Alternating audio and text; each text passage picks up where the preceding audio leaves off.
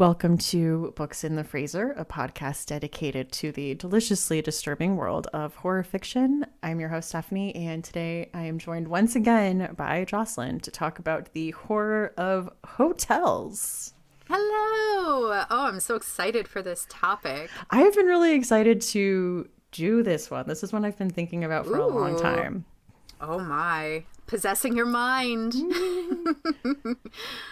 I stayed in the creepy room that I wasn't supposed to stay in. Oh, and now you're just trapped in the time loop, psychological nonsense that is your own mind possessed by hotel topics. I don't know where I'm going with that. Just so people know, I'm on the tail end of COVID and everything that entails. So, like, the brain fog, the scratchy voice, the everything. So, bear with me this episode.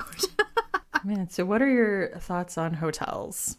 I dislike hotels. It's kind of like it's unfair. It's unfair. I'm a homebody. I don't even really like to travel that much. So when we're talking your basic standard hotel, I am not a fan. I find them cold. I find them uncomfortable. To me, that signals I'm not home. Therefore, I'm angry. But also, we've had some frustrating experiences. My husband and I have had frustrating experiences in the past where we have been displaced for chunks of time. Like, we had a few years ago, our ceiling collapsed in one of our apartments here, and we had to stay in a hotel, and ultimately we just changed apartments entirely. That was a whole mess, and that really sucked and was very traumatic. And then recently there was a house fire situation that affected us quite a lot. And so we were displaced for over a month living in a hotel, and that was miserable. So that is unfair because I have these bad experiences with your typical hotel. But, like a fun, bed and breakfast, something that's stylized, a boutique, or even like I kind of enjoy those kind of really tacky Atlantic City casino hotels, like glitzy and over the top. I like that. If it's going to be an experience, I'll be there for it. But otherwise, I have no time for it at all. That is unfortunate. Yeah, you've had some rough experiences. Yeah, it's given hotels a bad rap. Yeah. But, I shouldn't judge them for those things. I have not had those experiences, and I really enjoy traveling. I don't get to do it too often, so I feel like my reaction to hotels is like when you watch a new season of The Bachelorette or The Bachelor and they check into a hotel room and everyone is like jumping on the beds and they're like, hello, Virginia. That's excellent. I love that. I think that's a wonderful vibe. I'm like, I love being in this small air-conditioned room watching 3 hours of diners, drive-ins, and dives with my husband. Yes. That is like the vibe. Well, I was just talking to a friend of mine. She recently went down to Tennessee for like a family thing, and she was like talking about the hotel that they got, and I was like saying exactly what I just said. Oh, I don't like hotels. Blah, blah, blah. And she was like, it's the only time I get to watch TV in bed, because she doesn't have a TV in her bedroom that gets, just like your basic channels like cable. And she loves just, flipping through the channels and doing exactly that, like watching Triple D and just vegging out in this giant bed. And I get that. Like, that is luxury, truly. Like, I love watching TV in bed. So if staying in a hotel means you get to watch TV in bed, 100% there for it, yes. I do love that. I will say, with small children, there's a little more sharing of the TV time. So yeah. they aren't as thrilled about Triple D. But I can't imagine why not. Guy Fieri is like a beautiful clown. He would be so entertaining. I don't know why they're not just transfixed. I mean, I don't know. My 8-year-old is like, I can only watch this guy eat burgers like so many times. I don't understand. That's a good point. There's a lot of burger eating. Meanwhile, I'm like, I will never get tired of this. Like, he has such a look of delight on his face every time he bites into something, and it in turn gives me delight. I mean, the small joys. Food is a small joy, and it can fulfill your life in a beautiful way. So, yes. Yeah. But I mean, we're talking about horror that's set in hotels. So, I mean, what's scary about hotels? Well, for me, I have those experiences. So signaling that my home is unsafe and I can no longer stay there. Which, oh my God, this is off track, but it's just making me think about one of my all-time favorite movies, Poltergeist. And, after they go through all the hell in the house and they check into the motel and they roll the TV out onto like the like little porch, wraparound porch area. That's just making me think of that now too. Because like, oh, their house no longer exists actually, so they had to like live in this hotel. Anyway, yes, I think that like in general, hotels, they're transient. Like there's transients. People are checking in and checking out. It's not. There was a period of time where people would live there permanently as a residence. That was like 100 years ago, and that was popular. But for the most part, like, folks are just temporary, and so you don't really know who's there. There are strangers really close together. The hotel itself, this is a thing for me, it's unfamiliar. It's not that comfortable because you didn't create the space. It's just kind of like a bland one-size-fits-all kind of decor, which can be kind of fun, actually. The more outdated, the more delightful in my mind. But yeah, there just seems, because there's strangeness happening, there's strange people, and you don't know who's next to you. I feel like that can be a situation that creates danger or fear, There's definitely a vulnerability. Yeah. To it, yeah, all these people staying in the same place. And also, I mean, just thinking back on the actual true crime cases that have happened in hotels. I mean, you got H.H. Holmes. Yes. Yep. That was a classic. You got Elisa Lam in L.A. Was she the one that ended up in the water? Yes. tower? Yeah, she's the one where they have the video surveillance of her in the elevator, like looking that's spooky. out. Very spooky. That elevator footage is scary. The one that I always think about is that Kennica Jenkins, the like 19-year-old who like wandered off from a party and was found in a freezer. Oh, like, my in God. The hotel. Ooh, like in the kitchen area? Oh, and there's yikes. just like chilling footage of her just like wandering. Oh no. And it was like under construction. It's just like yeah, spooky. That's the real real spook factor. It's still unsolved. Yeah. Oh, well, the Elisa Lam one of my picks today kind of references that. So does one of mine. Oh, yay! Oh, well, she lives on, so we honor her. Have you stayed at any interesting or famous hotels? Kind of, sorta, and also not really. There's the Fort William and Henry Hotel in Lake George, which is right next to the Fort William and Henry, which was really important during the French and Indian War. And so that fort's been around for an extremely long time. And I stayed at the hotel, which is not the fort, unfortunately. How cool would that be if the fort was converted to a hotel? I don't think they would let that happen, but that would be really rad. I stayed in the hotel last summer for one of my best friend's bachelorette parties. And 4 of us arrived at the party early, including the bachelorette herself, and we decided to do the ghost tour at the fort. So the fort has like a ghost tour that they do, and it's really popular, and of course there were many deaths at this fort for all different kinds of reasons. Some of the most tragic were actually like illness outbreaks, though, like typhoid and things like that. It wasn't exactly war that was killing the most people at the fort. So it was kind of cool to go around and learn the history and see some of the most allegedly haunted places in the fort. But then when we went back to the hotel after, we had separate rooms. So like 2 of us were in one room and 2 of us were in another room, and they were on different floors because of the way that we like messed up the booking. And all of a sudden in my room, our lights started flickering, and it was getting really strange the way it was flickering. So we started like talking about how the ghost followed us from the fort to the hotel. And then we got text messages from our friends in the other room that were like, our lights are flickering. It's so freaky in here. And now that I think about it, probably just all the lights were flickering in the hotel at the same time. But we maintained that we brought the ghosts back to the hotel. So that was fun. I mean, the hotel itself, it is kind of a resort, but it could use a little work. But Lake George is very cool. I highly recommend if folks want to go stay up in upstate New York. Lake George is gorgeous. It's definitely worth your time. But there are other like hotels that I would love to call out. One being the Aurora Inn in Aurora, New York, which is one of the cutest, most comfortable, after I just talked a bunch of shit about hotels. The Aurora Inn is unbelievably cute, and it's really old.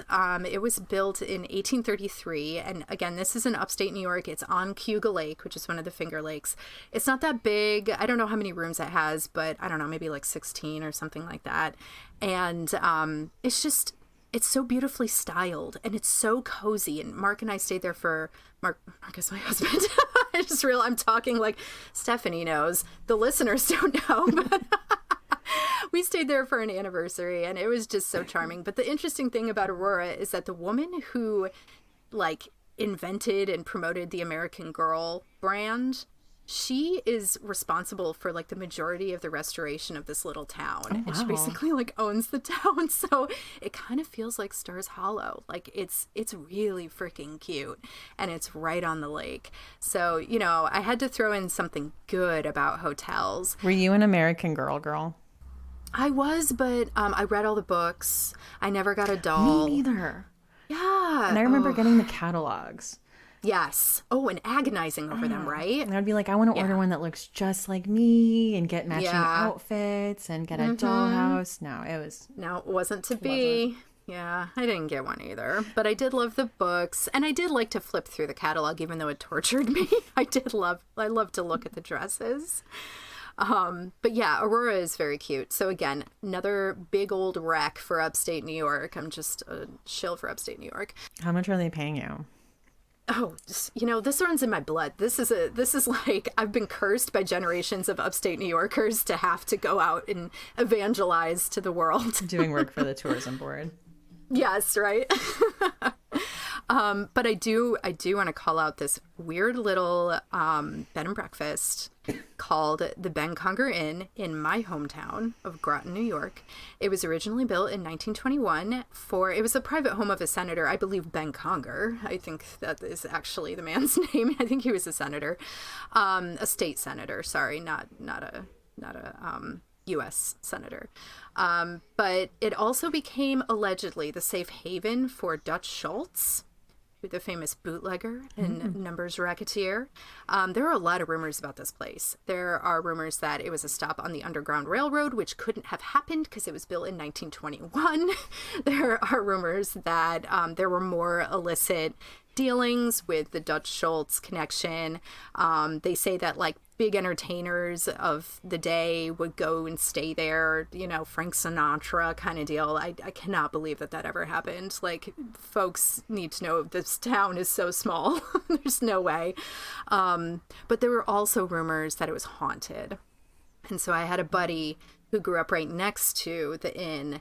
And when we were bored, he and I would go over, and, you know, the inn owners knew him, and obviously he's the neighbor, so he would let us in, and we would just wander around like free reign in the inn, and like go in all the weird nooks and crannies, and like he almost got stuck in the laundry chute and like all this nonsense. But we were hunting those ghosts, and we never saw any, so that was disappointing. It is a really cute little inn, but that's the closest I think I got to having an experience of like, you know, small town life, haunting, legend, etc., etc. Very fun, very like kids on bikes vibes. So very nice. Yeah. How about you? Have you stayed anywhere cool? The Madonna Inn in San Luis Obispo, which we talked about being the inspiration for Rachel Harrison's book, The Return. And yeah, it's got to be. For listeners, I will put in the link so you can go and look at all these rooms, because every single room has an individual theme, and you just have to see it. It's very like kitschy. And kind of like, I don't know, like Flintstones glam. Like, I don't know how to possibly describe this. Oh man, have you seen the Flintstones sequel, the Flintstones movie sequel, Viva Rock Vegas? Yes. Oh my god. It is giving Viva Rock Vegas vibes, like It is extremely giving hard. Viva Rock Vegas. I was thinking also in Goodfellas when like Karen and Henry remodel their house and it is like so yes. tacky Yes. and gaudy and over the top. Oh, I love it though. I love it. Yeah, it is just so fun and so loud and unapologetic. It's like very pink. I was telling you, they're known weirdly for their urinal, like in their restaurant, is like this rock waterfall. I do remember going in and looking at it because like it's one of those things like everyone wants to look at it, you know. Hell yeah. People stop over and look at it. I do want to know how men feel about this because I know men have opinions. So if anyone has used it or if anybody is just thinking about it, I want to know if you think this would be cool to use or not. I would imagine so, right? I mean, I would think it would be cool to use, you know. Another family vacation we took was to Deadwood in South Dakota, which was really fun because it's obviously like an old Western town. Yeah. And so like every place you go into, it's like, this is the chair that Wild Bill Hickok was shot in, you know, and it's a very themed, very cute downtown area. But I remember I took a tour, like Kevin Costner owned a hotel in Deadwood for a few years. I don't think it's open anymore. I looked online. It's not open anymore. But oh, that's a bummer. he had like the first floor was all movie memorabilia. Like he had one of the Batmobiles. He had like the white linen suit from Forrest Gump. Like he had like, wow. Yeah. I didn't realize he was such a collector. And apparently he like really loved Deadwood. Like I guess he filmed near the Black Hills for Dances with Wolves and was like, I love this area. Yeah. Well, he is in Yellowstone now. So that does make sense. He loves the American West. He sure does. He sure does. But that sounds so cool, Deadwood. Like that's just, it's kind of fascinating. It's a fascinating part of American history. So that's nice that it's kind of like, you know, it's a museum of sorts now as well. That's really cool. Yeah, there's like performances, like everything is so historical there. Very big on the whole like Wild Bill Hickok, Calamity Jane. Oh yeah. Yeah. True American legends. But while we were in Deadwood, we did take a tour of a haunted hotel. I want to say it was the Franklin Hotel, question mark. I don't remember. But the tour guide was saying like a lot of spooky stuff had happened. Like record players would turn on and lights would flicker. Spooky. It actually did scare me because I was like 12 years old. And I was like, that is the scariest thing I've ever heard. Oh, that sounds so much fun, though. That's like the perfect time to go when you're 12 and you're just ready to be scared. Yeah. You're like, give it to me. And it's like... Oh, you know what, though? When I was in New Orleans, we did go by the woman who, like, was known for horrifically abusing enslaved people in her house. Yeah. Like, we visited her house, and I can't remember if it had ever been used as a hotel at any point in time or not, but it had hotel vibes, so I'm just going to call that out. Oh man, so we also have been watching a lot of hotel horror movies to prep for this episode. So many good ones. Yeah. I mean, we'll probably talk about the one people are thinking about the most, which is probably The Shining. Yeah, I think everybody's brain just goes straight to The Shining when they think of hotel horror because it is really the epitome of the concept. I hesitate to say genre, but like the concept, the trope of hotel horror. I mean, the hotel itself is the entity that is corrupting. So it is pretty it's pretty high up on it. I feel like people probably think of it as like the epitome of the idea of hotel horror. Yeah, The Shining is the quintessential. And I mean, without the concept of other people being there, like literally just you and your family being stuck in this place. Yes. Oh yeah. I mean, that's very creepy. Talking about we had mentioned the true crime cases of people just wandering the halls and stuff like that. Footage, that is the vibe with The Shining, is like people just like wandering these empty halls and acting strangely, and you're not really sure why. I mean, that really kind of, I feel that connection there. Well, and the ghostly conspiracy against you. Yes. I mean, I think we also have to touch on another Stephen King work. And I think listeners know where I'm going with this. Build it up. Build it up. The short story. You know the one I'm talking about. It's Numbers. 1408, baby. Woo, woo, woo! We said it. This is actually my husband's favorite horror movie Really? of all time. Yeah, he's not a horror dude. He doesn't really have tolerance for it. But he loves psychological thrillers, and this one definitely it hits psychological thriller for him more than it does horror. So he loves this. He actually was the one who introduced me to it. So it's kind of a big deal in our house. Have you read the book, the short story? No, I have the collection. I haven't gotten to it yet, but last year when we watched 1408, like the last time we watched it, which we watch it probably like once a year, I pulled out the collection and I made this big speech about how I was going to read it. Still waiting for me. It's a bit different. It goes in a different direction. That's what I hear. Yeah, which intrigues me. I always like to see how King goes, like all the different directions, because he's got a great range. So even when he's just like throwing shit at the wall, I find that interesting. It's not always successful, but it's interesting to witness, I guess. Yeah. Yeah, it was one of those things that like I had read the story and then I was watching the movie and I'm like, wait, what's happening now? What? We're doing what now? Okay. Interesting. Okay, I'm very excited to read it now and do a comparison.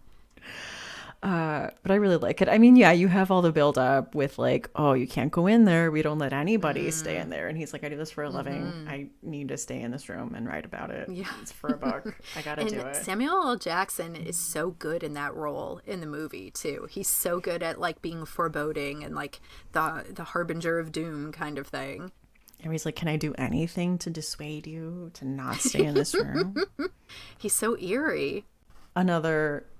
A trilogy of literature and a classic movie that has been, I've done a whole episode on this property. That is Psycho. Hell yeah. Psycho's so good. Like, it's, when I was preparing for this episode and I was doing just some light Googling on the history of hotels and motels in this country. And Psycho came out really at like the boom of motels. Really? And it's so interesting because it's been a while since I've watched the movie, so maybe correct me if I'm wrong, but I feel like there is a whole thing in the story where he's talking about they built the highway somewhere else and now people aren't coming. Yeah. And so like that connection between like motel culture exploding and highways being built and this one being left out, this one just kind of dwindling on the edge, that just makes it so much scarier to me that it has been forgotten and left unchecked for so long, for like all of these like perversions to just bubble up kind of thing. Well, then, yeah, in the book series, that's like a point in the third one that there's like murders happening, and then that's the reason why. And like they're rebuilding the motel in the same location. And when we did the episode, I'm like, you don't have to build it in the same location. You can build it closer to the highway. Yeah, somewhere more practical, perhaps. I would think that location would be a little tainted too. Yeah. Well, Psycho also gets into, I think, a common theme in a lot of the other hotel horror movies, which is being watched and surveillance. Like, this is a new place, you're unfamiliar with it, and you don't know who's been there before and what they've left or what access they have to you. Which, not to jump ahead, we can certainly circle back to Psycho, but that is a thing that is a big plot point in The Rental, which is that newer release that Dave Franco directed, right? It's Dave Franco.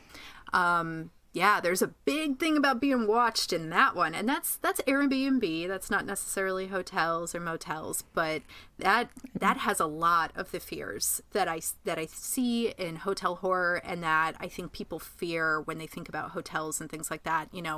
You're in a strange place. In this case, it's someone's like home kind of deal.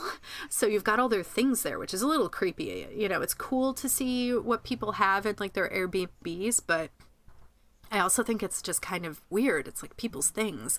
But, you know, in the rental, they're being watched, they're being observed, and then like people show up and, you know, like it's just the paranoia, you know, it ratchets up in that one. That one's bleak. I don't know. Did you watch that I did watch that one. That one's bleak. I did research for this episode. Yeah. Yes, research. Guys, I work really hard for you. You put the hours in. You do. I did. You do. I rewatched The Innkeepers, the Ty West movie.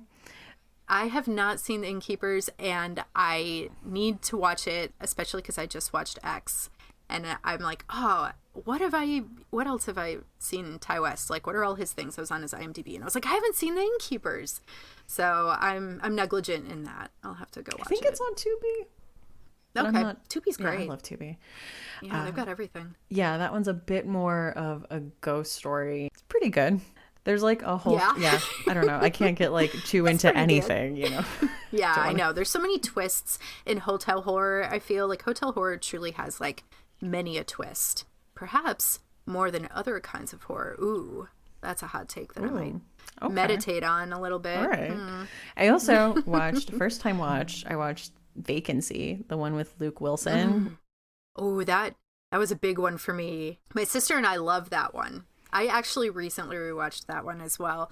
That one is the epitome of like that early 2000s horror vibe. Yes. Like very strong, very strong. The color palette, everything. Yeah, the color palette. Also the surveillance coming back in. Yes. Oh my God, you're right. So it's this couple who is on the rocks and they have car issues and they pull into a hotel to stay the night and they find a stack of snuff films in the hotel room. And as they're watching one of them, they realize what it is, and they realize that all these films are filmed in that motel room. And then they hear like knocking at the door. And Ugh. It's a good one though. If people want to do like aughts horror night, you know, definitely think about that one. Yeah, I would say underrated. Yeah. Also, I want you guys to know that I watched Hostel for this episode. You're Martyr welcome. Stephanie. Oh, yeah, I wasn't going to do it. So. Have you seen it? Oh, God, I saw it in theaters, and I'll never watch it again. I will say simultaneously worse than I thought, but also better than I thought it would be. You know, my sister rewatched it recently, and she kind of went on a campaign about how it's actually good, and we're giving it a bad name for, you know, the torture porn stuff. I don't know if I want to hazard a second watch. I don't know that I can stomach it. Like, I had a much stronger stomach when I was in my teens, and I'm old and soft now, so I don't know that I could watch it.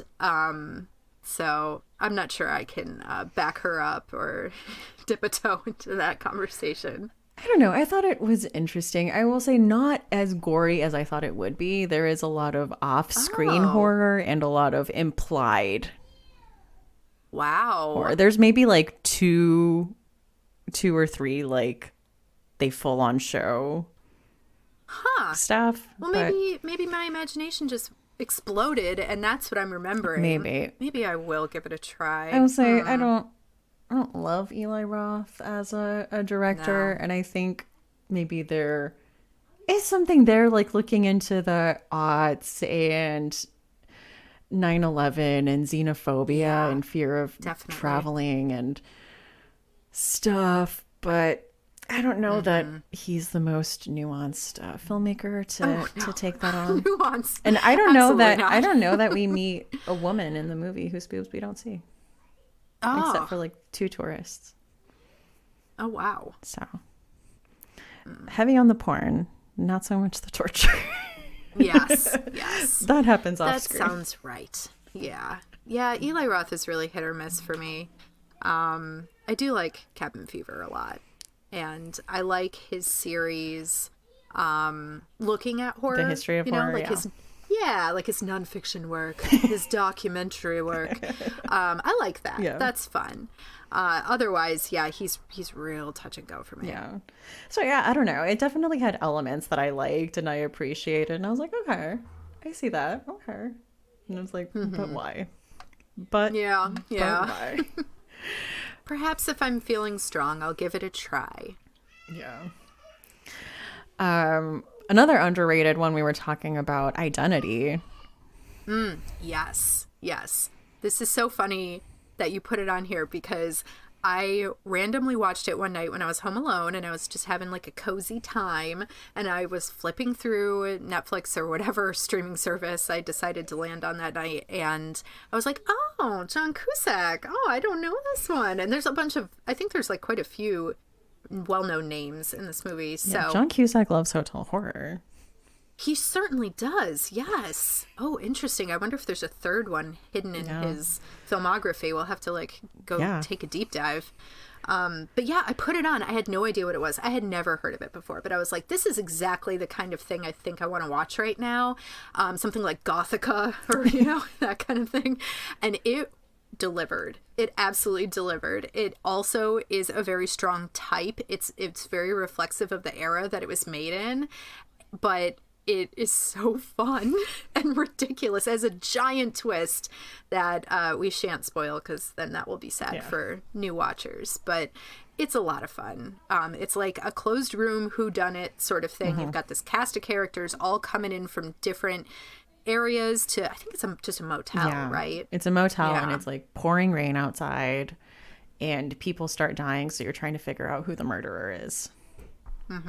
Yeah. And you can't trust anybody. It's great. It's super fun. There's like someone who's traveling with a convict and like needs a place to stay. There's like a family. There's a couple. Like there's a sketchy motel owner. Yeah. The convict is played by Gary Busey's brother, by the way. I think it's his brother. They're definitely related. I didn't know that. He looks like Gary Busey. Like it's the familial resemblance is strong. One that is technically a resort, but I still know what you did last summer.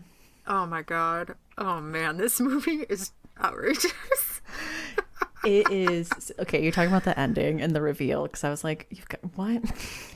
Like literally everything about it is outrageous. I watched it years ago. It was the last time I watched it, so it's been a little while. I don't know that I watched it before. Like my library has copies, so I just like grabbed it one day. I was like, hell yeah, love the first one. Gonna watch this. I don't know if I liked it. I don't know. Brandy's in it, right? Is Brandy in it? Yeah. And I was like, yes, I can't wait for Brandy. But it just, I liked the first one better. But everything about it is just unhinged, I'm gonna say. It's pretty unhinged. Well, I was watching it a few days ago, and I looked up from my computer, and I'm terrible with faces and like placing people, but I was like, is that Rufus from Gossip Girl? Oh my God. And I was like, he's one of the like main people in this cast. Oh, that's so weird. Oh, I didn't even notice that. Oh, that is such a strange connection. Those are two totally different times to me. Yeah. Even though they're right next to each other. There's like, they're the same time, but I'm like, they're totally different times. I was like an hour into this movie. I was like... And then the realization just hit you. So I was like, this guy seems very familiar. Like, I know him from something. But yeah. There's a ton. But also, want to say, in Hostel, not too much of the horror happens at the actual hostel, which is the impression that I was under. I was like, oh, they go to this hostel, and they end up in, like, the basement of the hostel. But it's a completely different place. Yep. So I guess the reputation of hostels can stay good. Yeah. This episode is brought to you by Libro FM. Libro FM is the first and only company which lets you purchase audiobooks directly from your favorite local bookstore. You can pick from more than 150,000 audiobooks, including bestsellers and recommendations from booksellers. You'll get the same audiobooks at the same price as the largest audiobook company out there. You know the name. But you'll be part of a different story, one that supports community.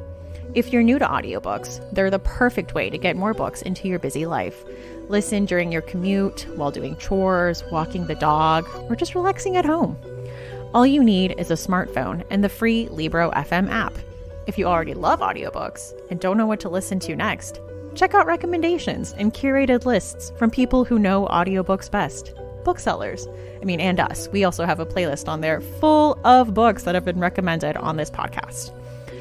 Books in the Freezer special offer. You get 2 audiobooks for the price of one, just $14.99, with your first month of membership using code FreezerBook. This offer is valid for new members in Canada and the United States. Thank you, Libro FM, for supporting the show.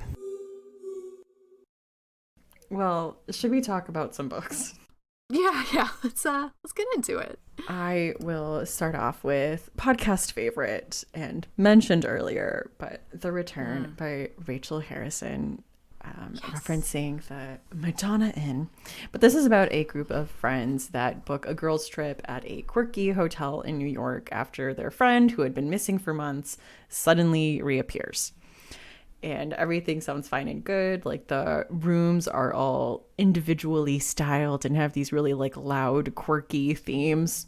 So everyone's having a good time. But the problem is that she is not acting like herself. Like, there's a lot of things that are off about her now. Like, she's kind of appeared again. Like, she used to be a vegetarian, and now she is disgustingly scarfing down rare steaks. They're like, when did this happen? What happened? When did you become so repulsive?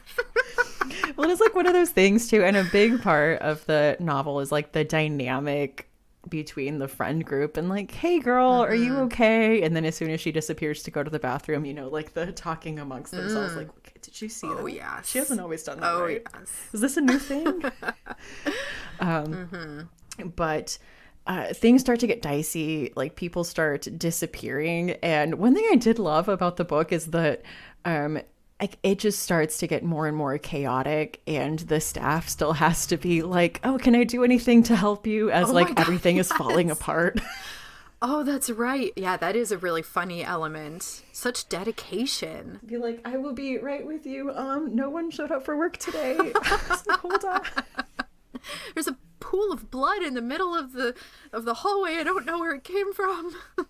So yeah, I loved this book. It really surprised me. I think I've mentioned this before, but I think it was marketed more as a thriller, and so I was kind of expecting that angle of it. But I'm oh no, I was reading it and I'm this is a horror novel. This definitely commits to that, and I appreciate that. So yeah, absolutely. It's one of my favorite books of all time. Yeah. It absolutely floored me when I read it, because it is scary. It scared me at times, but it's also extremely compassionate and funny. That quirky hotel is just the most delightful setting. So I love that there is real inspiration for it, and I could go there like you did. I'm definitely gonna break my homebody stance and go visit sometime. But also you were talking about the female friendship, those 4, that is so honest and real. That felt so real to me. Such a wonderful representation of long-term female friendships. Those girls that I went to Lake George with, that is very much what our friendship is. We've been best friends since high school, so it's been decades together. And I just thought that Rachel Harrison nailed it. Yeah, and I really like the main POV we get is, one of the girls in the friend group who was closest to the girl that went missing, and it's her kind of dealing with a lot of her own issues, and she was the only one that wasn't ready to grieve her yet and was still kind of holding out hope that she would show up. The girl that was missing, I should probably learn character names at this point. I don't remember any of them either. But she was kind of the one that would call her out on stuff and hold her accountable, and now that she didn't have that in her life, she found that she was kind of spiraling and really missed that. And I don't know, I just really liked that element of it too. Yeah, because there's that grief. It was a good discussion of grief within the book, I thought, and a good depiction of grief, or a refusal of grief, which I still think is a kind of grief. Yeah. You're just stuck in the denial that you don't see a lot. Yeah, exactly. Yeah, you don't see a lot of that. So I was happy to see that story told. Right. So I would put it in the I would definitely put it in the fridge. There's some fairly like gory and disturbing Yes. sequences. Like this is not just like ooh, people go missing and everything happens Yeah. off screen. No. I would say there's enough other elements that I think people who are curious about horror, I would suggest this to them. I'd be like, A nice yeah. gateway. Okay. So that Yeah. is The Return by Rachel Harrison. Awesome. My first pick is The Summer Job by Adam Caesar. This one's kind of a fun, like, occult slasher. We follow Claire, who is in her mid-20s, and she's dealing with that kind of like post-undergrad wandering that happens to a lot of us. She doesn't really know what to do with her life. You're just kind of lost, and that's not uncommon.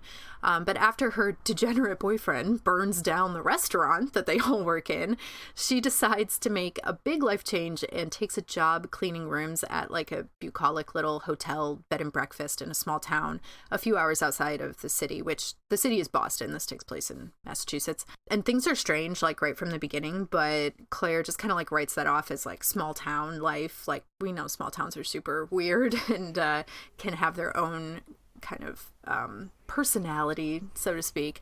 But unfortunately, this small town takes those kinds of things, those like cliques and drama that you would expect from a small town, and just like blows it up to the extreme. This is very much like Dark Stars Hollow, I feel. So soon after Claire starts hanging out with like a mysterious group of hippies, where they just like go hang out in the woods and do like weird bonfire hippie parties. She starts hanging out with them, and things start to get really weird and dark for her at work at the hotel. So things just get like confused, and I'm trying to like be cagey about details because I don't want to spoil anything. But let me just say, it's definitely not like a town you'd want to spend a quiet weekend sightseeing. Like it's just this is a devious and scary place. You're not gonna like it there. And so I'm not going to say much more without giving anything away. There are a lot of fun reveals in The Summer Job, so I don't want to do spoilers. But I can say that it has a lot of very fun elements. So, you know, I mentioned the occult. There are secret rituals.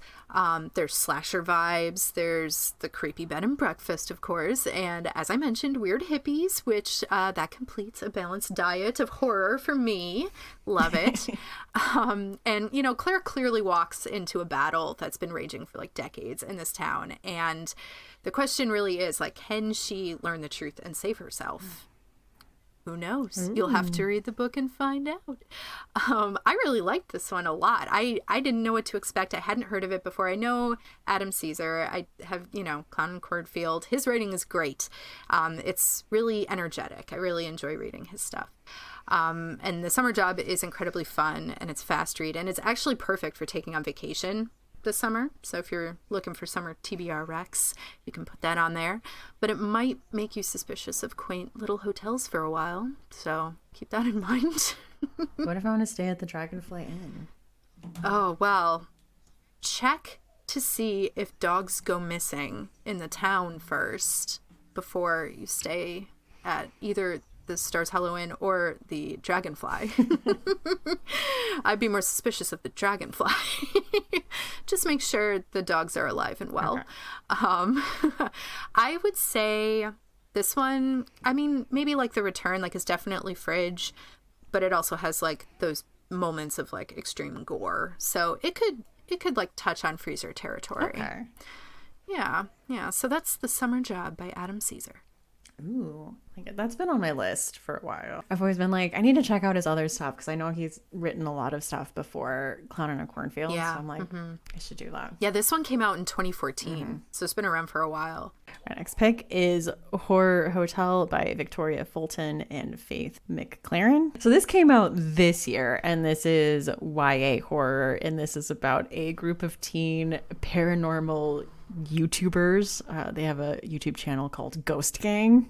I love that. Oh my god. Yeah, It's funny because, like, yeah, one of them is kind of like the big YouTube personality. Like, one of them is the camera guy, and like one of them has like actual can talk to ghosts or like is sensitive to Ooh. spirits. They're trying to hit a big milestone, a big subscriber milestone. So they decided to do something big. So they're staying at this notoriously haunted LA hotel, which is definitely based on the Cecil Hotel. They are kind of staying in like it's kind of like a hostel situation where like they have a room with bunk beds and like you share with like other people. And their plan is to kind of like sneak out and go to one of the forbidden floors where like there was like the serial killer stayed.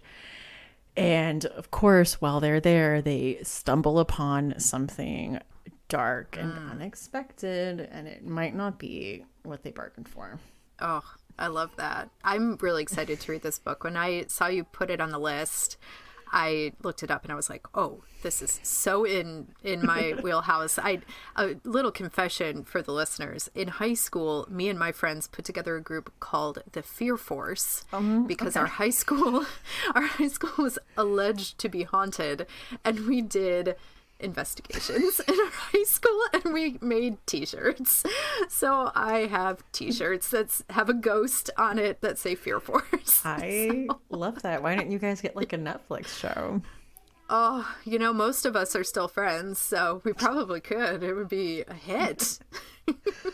I listened to this on audio, and I will say it's a full cast audiobook, like each, and because it's different perspectives, you're getting each of the different ghost gang members perspectives. But yeah, I would say it's a good YA horror. I would recommend it maybe for younger listeners. I think people who probably read a lot of horror kind of see where it's going pretty quickly. But I would say like it was still like a fun way to pass a few hours.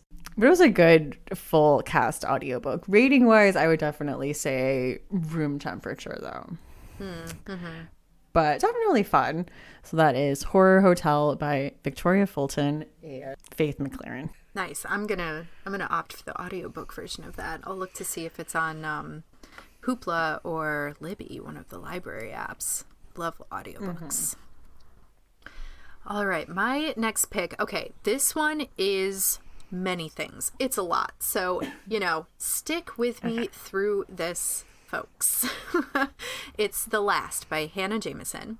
Came out in 2019, and it really came out in 2019. Like, it has very thinly veiled references to certain political leaders of the recent past and in the time, and it is like it makes sense, but it's dating itself for sure. Anyway, this is a mystery crime thriller with suggestions of the paranormal set in a kind of post-apocalyptic situation. Also has a hotel, so there is a lot happening. John is an American who's attending a conference in Switzerland when nuclear war breaks out, and a bunch of the world's population is killed, like, pretty quickly. Most major cities are decimated. This event is not the focus of the book, though. It's more of the backdrop. The main focus of the book is much smaller. The main plot points are closer to home, so to speak. The hotel that John is staying in is like out in the woods of Switzerland, and it's far enough away so that far enough away from like the various bombings that everybody there is more or less okay physically. But they're basically cut off from the world, and they have zero news of what's going on, and they can't connect to loved ones. And they don't know if the nearby city is safe, and they don't know if they can find a way back home. So John and a few dozen others decide to just like hang tight at the hotel. But as the days go on, several people decide to do different things concerning whether to stay at the hotel or not.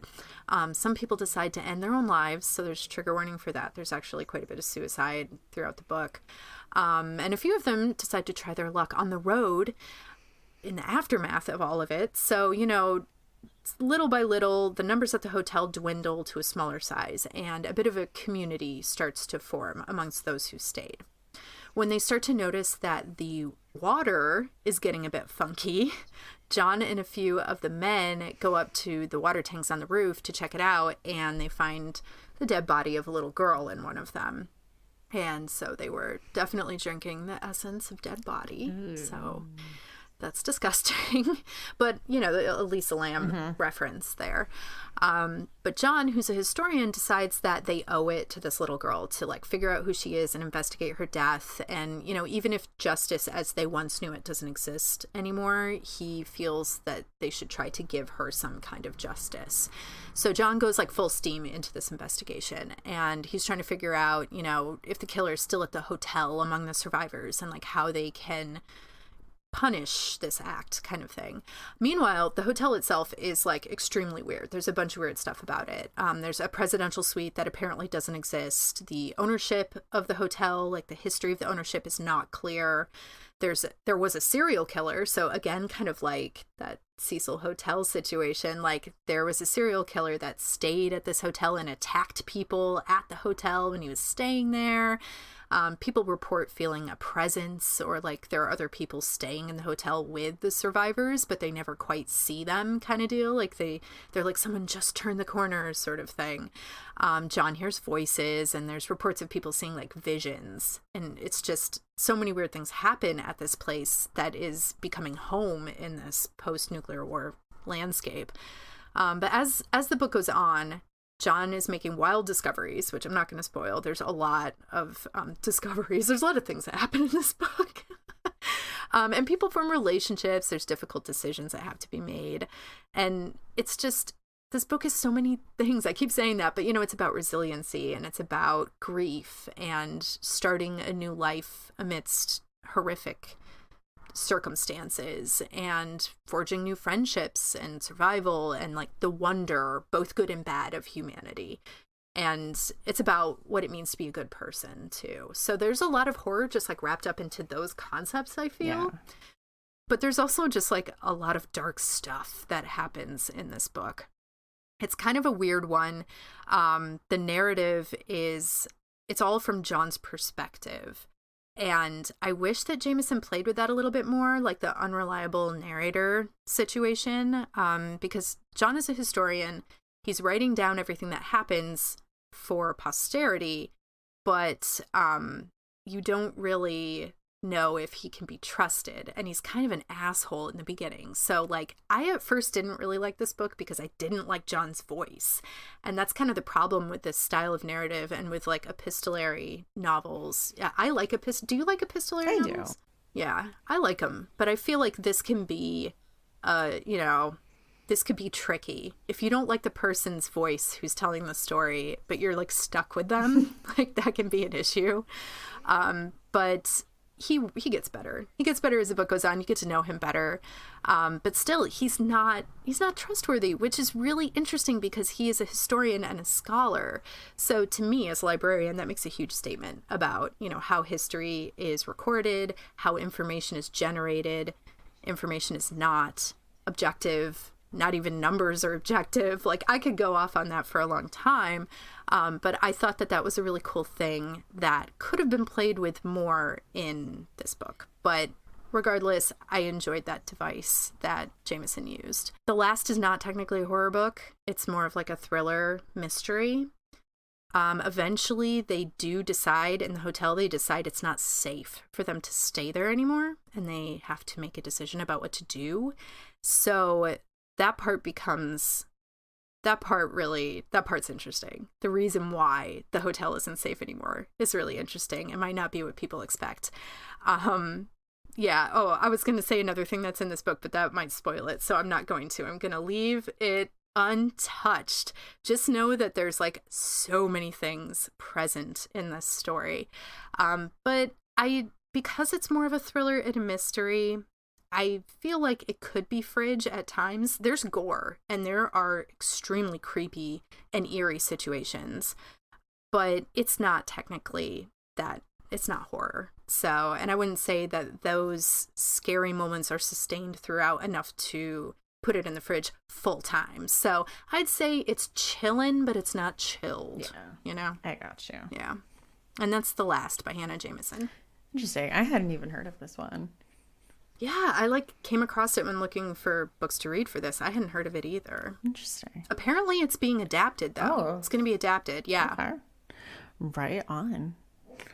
Right. Well, my last pick is The Nightly Disease by Max Booth III, who was the guest on the previous episode. And I told him I was reading this for this episode. He's like, such a good conversation you guys had. I really enjoyed that episode. thanks. It was fun. Max is very fun.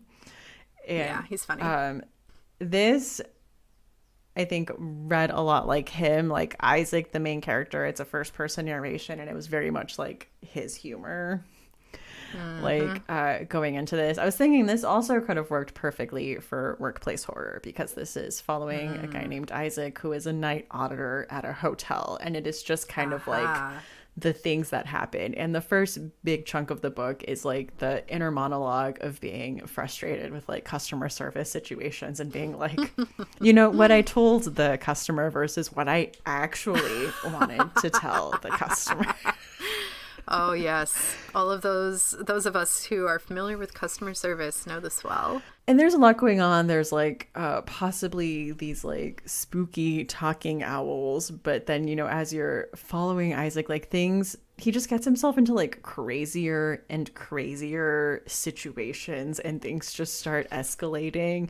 But then, you know, he's also like with a weird sleep schedule. You're like, so how much can I trust like your perception of what is happening here? But I really liked it. This is probably one of his most personal books, because he wrote this while he was a night auditor at a hotel in Texas. And well, there you go. Yeah. And he did mention on the episode, like, there was a time where like he and his family lived in a hotel for a few years. So that comes into play. And like the first part, there's like an introduction to the novel where he has a bit of a memoir part of like, this is my personal story and like how it relates to this book. Yeah, but this was really fun. Really, like, it had wacky kind of wacky parts, and I don't know, Isaac was just very funny. Just his like way of looking at things and his observations I thought were really funny. So I would say like still like a cold room temperature maybe. I wouldn't say it was super scary. Yeah. There was some definitely like weird, tense situations and moments, but I feel like a pretty enjoyable read. That is I'll have to pick that up. Nightly Disease by Max Booth III. Yeah, that sounds really fun. And I was telling you before we started recording, like, I love hearing Max like just talk about things every like podcast. Like, his stories are hilarious and outrageous. He's so funny. So if this book feels a lot like how he just is in conversation and such, and like draws from his life, I think that would be so much fun to read. All right, so my last one is The Grand Hotel by Scott Kenmore, which came out in 2014. And this is a really creative book. I hadn't heard of this one before we decided to do this topic. It's a series of short stories that are pulled together with like a clever connecting device, which I enjoy that. I think that's really cool. If you can find a really creative connecting device to bring everything together, I think it makes it flow in such a fun way. So in the Grand Hotel, a random group of people stumble on this abandoned looking hotel, the Grand Hotel, and they decide to go in and do a little light trespassing since nobody is there, obviously. So it comes as quite a shock when they're greeted by a mysterious and striking man claiming to be the front desk manager. He charms the group and he convinces them to go on a tour of the Grand Hotel. And as they're working their way through the uncanny and perplexing structure that is the building itself, they run into various long-term tenants of the hotel, and each tenant has a fucked up story to tell.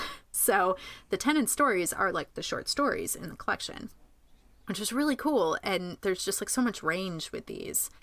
The book is told in a way that like suggests that this exact situation happens all the time. Like, people are just always wandering into this hotel, and the front desk manager is like, let's go for a tour. And he's like talking about how everything is so practiced and on cue and like all of this stuff. So that gives it kind of like a creepy vibe to be like, this is inevitable.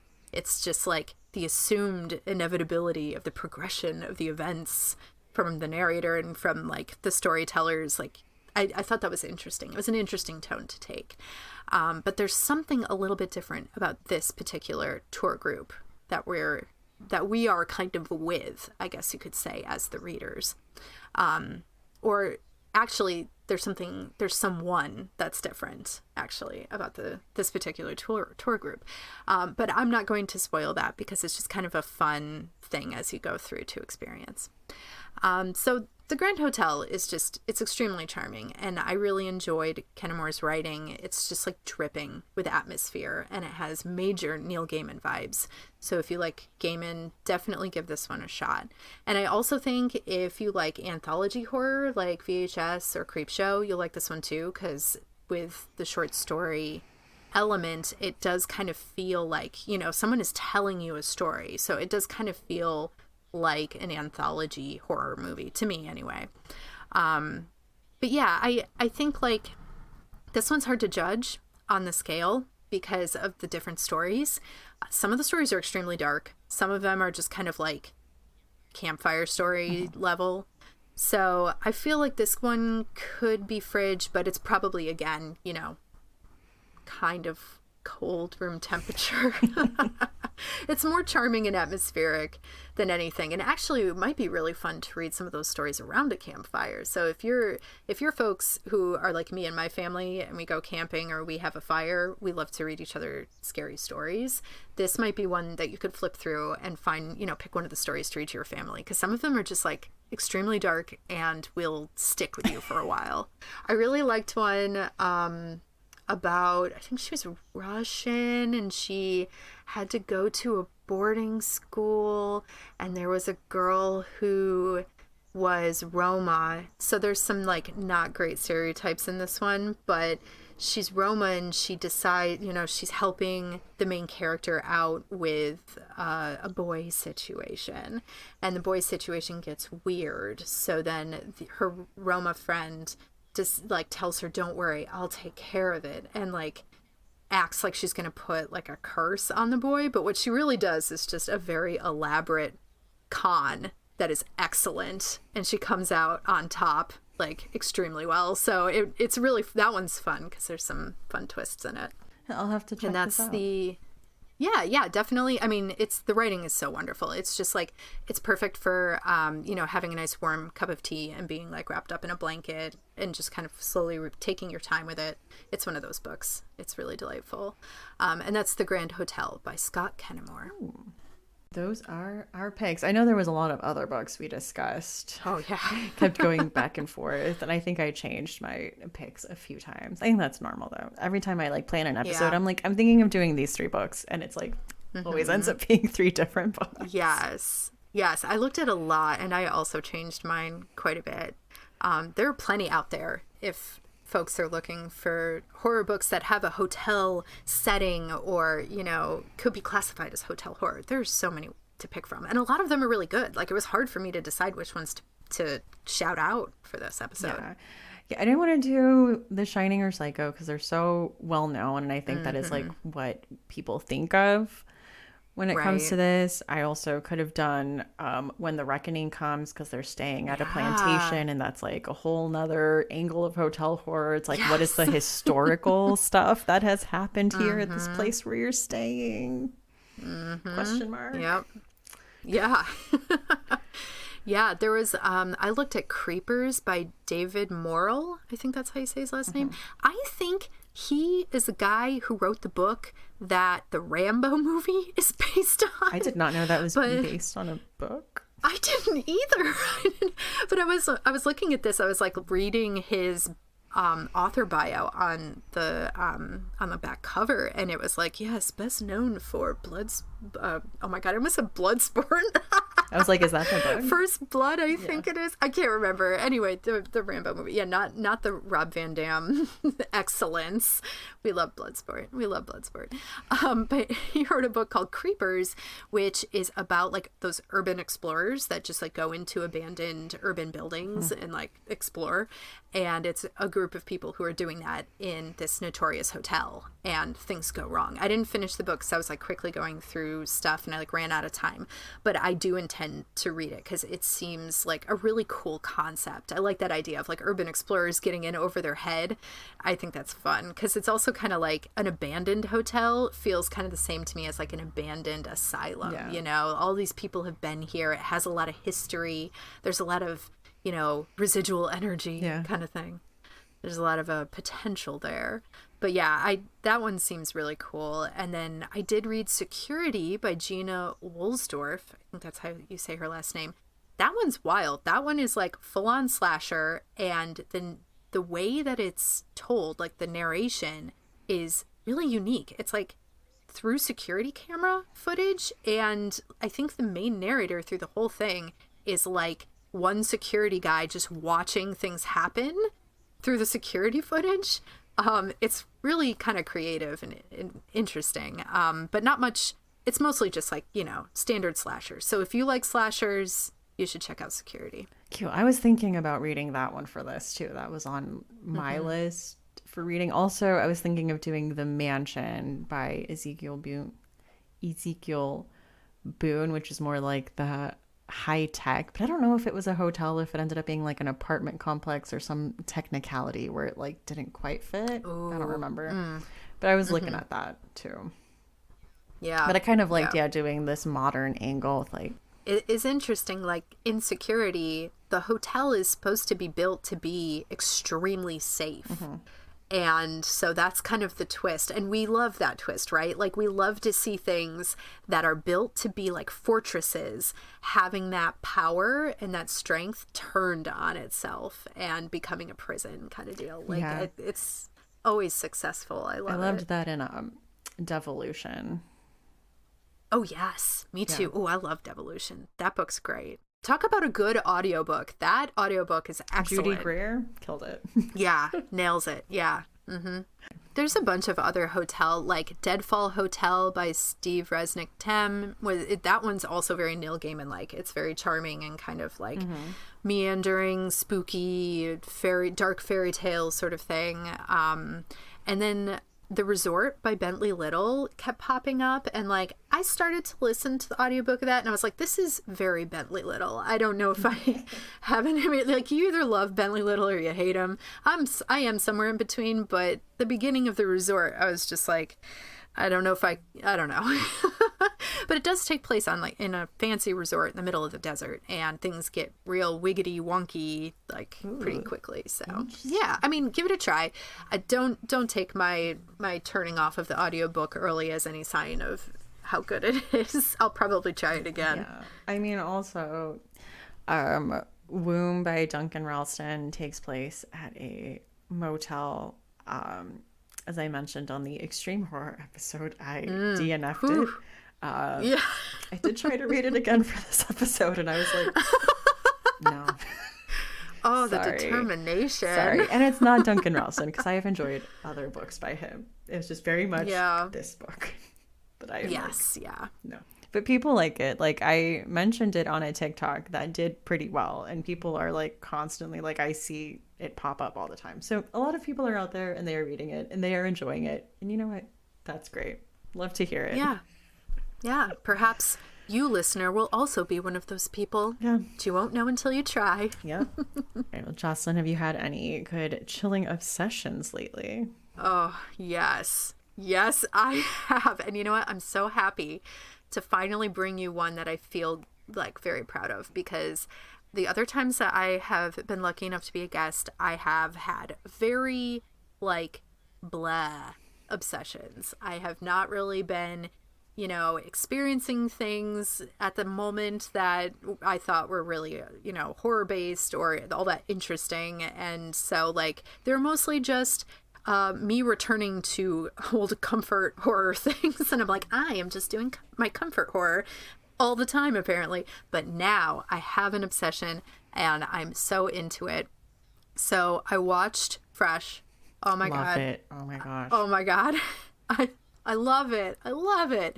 Everything about that movie is incredible, and it just got me into this just train of thought of women eating or consuming things that they're not supposed to. Like specifically women consuming things that are taboo or not food. So like in Fresh, I'm not going to spoil too much, but there is a woman who eats human flesh. And so that kind of got me going. And that movie has a lot of like gender dynamics and, what it means to be a good ally, good woman. I don't know. It's fun. The movie is very fun, and it has a lot of good things to say, I think.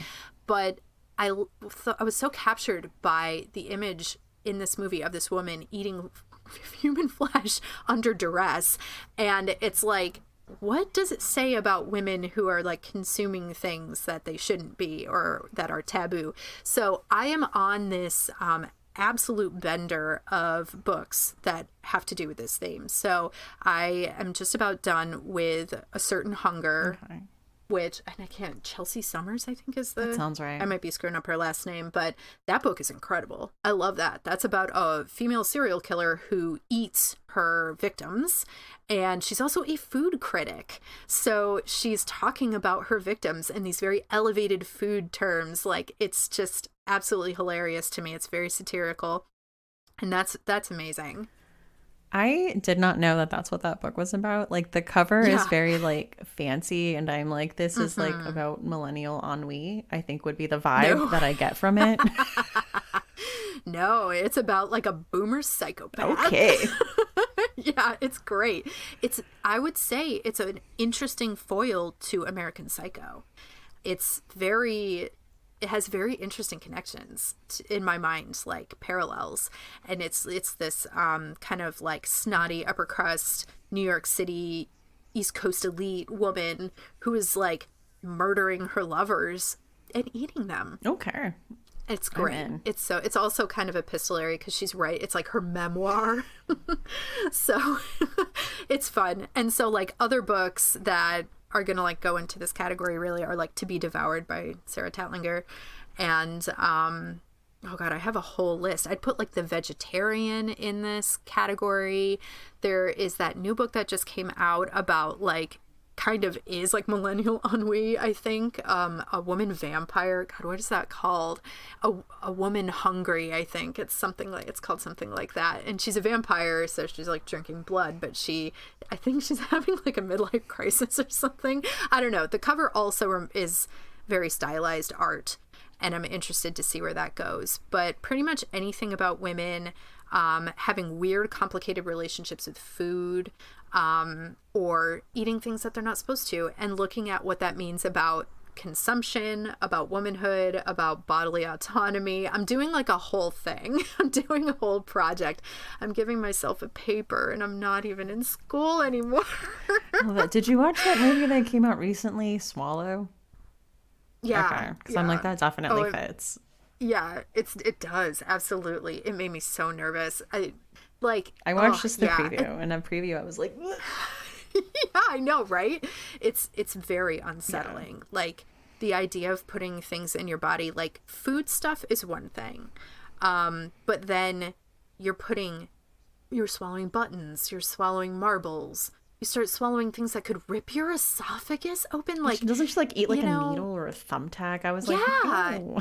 Oh, like true nightmare. But there is just I feel like there's so much to unpack there. So like I have started a whole project. It might come out in the form of a newsletter. We'll see what happens. But it is a true obsession for me now. Did you read As Tender as the Flesh on there? Tenders, yes, that's on there. I haven't read it yet. Oh, okay. I know. Well, you know what? I avoided it because I was like, everybody's talking about this book. I got that. But then I had a coworker read it, and she's like, girl, you got to read this. This thing blows up. Like, the ending is wild. You have to read it. So it's on there, and I will read it. Mm-hmm. I think like Night Bitch is also on there. Yes, I was going to say that one too. Yeah, absolutely. Yeah, I made a whole list. But yeah, I think I'll do like a little project about it. I want to see. You better send me that newsletter or whatever. Oh yeah, absolutely. Everybody will know. I'll blast it out. I'm like hardly on social media anymore, so when I finally get this thing put together and I put it on my accounts, everyone will get the notification that you get when people don't post in a while. They'll be like, oh, Jocelyn posted for the first time in 700 years. Better check it out. And it'll be about the newsletter. So you're like, are you ready to defend this thesis? Yes. Very much so. Last year, I kind of went on a kick of like watching horror remakes because I do feel like they get fairly maligned. And I don't think that's deserved. I think it's a big knee-jerk Yeah. thing. And I think people, I think, have been coming around more and more. I think now that we look at the 2000s with kinder eyes, Yes. and we're like, oh, like this actually wasn't that bad. It actually was pretty good. Yeah. Like people, I think, are coming around to things like House of Wax and things like Ooh. that. So I watched 2 horror remakes. Actually, I watched The Town That Dreaded Sundown, and then I watched the remake of The Town That Dreaded Sundown, which was actually like a requel. I don't know if you watched the new Scream. no. And, like talked about the requel. Oh my lord. Yes, the new Scream. Oh, we're gonna have to get drinks and talk about the new Scream. But The Town That Dreaded Sundown, it's like, it's not a remake because it's set in kind of modern day, and it acknowledges the first one, and it kind of has a meta thing where like it takes place in Texarkana and people are watching it, and it's kind of like a thing that people do. So it's kind of like acknowledging the existence of this and building on that lore and making it like a modern day thing. So that was very interesting. Yeah, I like that. I enjoy that. And I would say kind of new, because then we got kind of like a requel boom. We had like Child's Play and Halloween and like Yeah, stuff. that's true. that. And then I watched, when I started doing the modern horror remake kind of watch thing, everyone told me that I needed to watch the Evil Dead remake. Oh, did you? I did. And hot take, I think I like it more than the original. Oh, I love it. I love that movie. I was like blown away by it when I saw it in theaters, and I like bought a Blu-ray copy immediately. I really enjoy it. Yeah. I would say it doesn't have the comedy of the first one, but I don't care. Like it was it goes in a different it was direction. so good. Like it gave me everything I possibly could have wanted out of it. And I was like, yeah, this is exactly where I wanted this to go. Yes. Perfect. It's so full of heart. It's just the plot is so tight in my mind. Like it means something. There's like stuff actually happening. Like I love the original, and the humor is so much fun in that whole series. Like, yes, love that. But this was just a wonderful execution of the concept. You know, it's a new vision. The remake is a new vision, and I thought it was done really well. Yeah, I agree. So I'll have to go through, because I have like a ranked list on Letterboxd, and I think Suspiria was my number one so far of like a really good remake. Yeah, that one's great. So, as always, Jocelyn, what is your final girl song? Oh, yes. Oh, my goodness. This is my third Final Girl song that I've been able to document for the people here. So I've had quite a journey with my Final Girl songs. I've got one that was me in a horror comedy. I've got one that was me in what I think a typical slasher. Yeah. And now I've got one that's a little different. We're like shifting theme a bit, but in my mind, it is a kids on bikes gearing up for the final showdown kind of song, which I think in those kids on bikes stories and movies, like that's the cool big scene that everybody loves to get pumped up for. That's where they put the good song, is like when they're getting ready to do battle. So I picked 666 by Anvil, which is a classic 80s metal vibe. Nice. And this song actually does appear in another horror movie. And I would love it if people tried to guess which one. It is in another horror movie. It might be kind of hard to hear, but it's there. So, and I'm not going to, go ahead and like throw your guesses at me. I love to make people guess things. But I love this song. It's so much fun. It's the epitome of that kind of like 80s metal vibe. And I think it just fits with that so well. It gets you pumped up. It gets you like ready to fight the devil, like, or fight with the devil. Your choice, dealer's choice. Well, thank you again for coming on and joining me to talk about hotel horror. Thank you. Books in the Freezer is a bi-weekly podcast. We post episodes every other Tuesday. You can find us on Instagram at Books in the Freezer, on Twitter at BooksFreezerPod, on Facebook at facebook.com/booksinthefreezer, and on TikTok at Books in the Freezer. And you can also send us an email at booksinthefreezer@gmail.com. If you are looking to show some love to the podcast, there are a few ways to do that. You can always leave a review on a site like Apple Podcasts or Spotify, or you can spread the word on social media, sharing posts, anything like that helps a lot. You can also check out Patreon at patreon.com/booksinthefreezer. There's a $1, $3, and a $5 level, a lot of different options. You can do like annual support now. Like at the $5 level, there is bonus episodes, and the last bonus episode that came out last month was on Michelle Faber's novel Under the Skin, and the next bonus episode will be about the film adaptation of Michelle Faber's Under the Skin. So check that out if that sounds interesting to you. We'd love to have you there. We also have an Amazon link in the show notes. You click the link, it just takes you to Amazon, and you do your normal shopping that you would usually do, and a small percentage of that goes to help the podcast. So big thanks to anyone that has used the link to buy books or dog food or water bottles or, whatever it is, Amazon. I'm Stephanie. You can find me on Twitter at lady_gagnon. That's LADY_GAGNON, and on Instagram at That's What She Read, and that is That's with 2 A's. So thank you again, and see you next time on Books in the Freezer.